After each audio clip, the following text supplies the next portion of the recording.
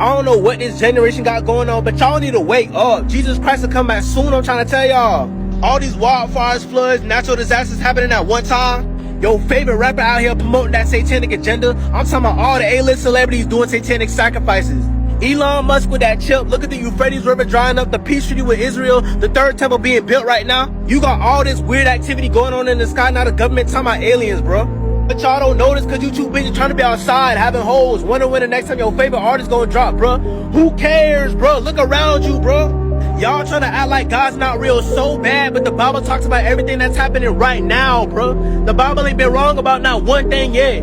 Everything is happening all at one time in 2023, bro. You tell me how a book over 2,000 years old predicted all this, bro. You tell me. You don't even gotta watch the news at this point. If you wanna know what happens next, read the Bible, bro. And this world ain't seen nothing yet. It's finna get worse, bro. Your money can't save you. Your tarot cards can't save you. Your gun can't save you. Your favorite rapper can't save you, bro. Only Jesus Christ can. If you don't believe in God, if you not right with God, now would be the time. Now would be the time.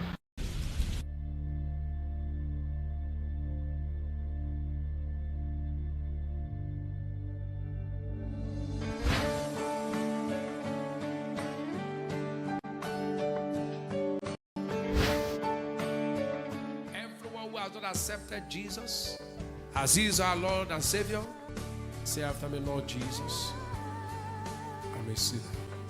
Forgive me my sins. Wash me with your precious blood. I believe in my heart that you died and rose from dead to save me.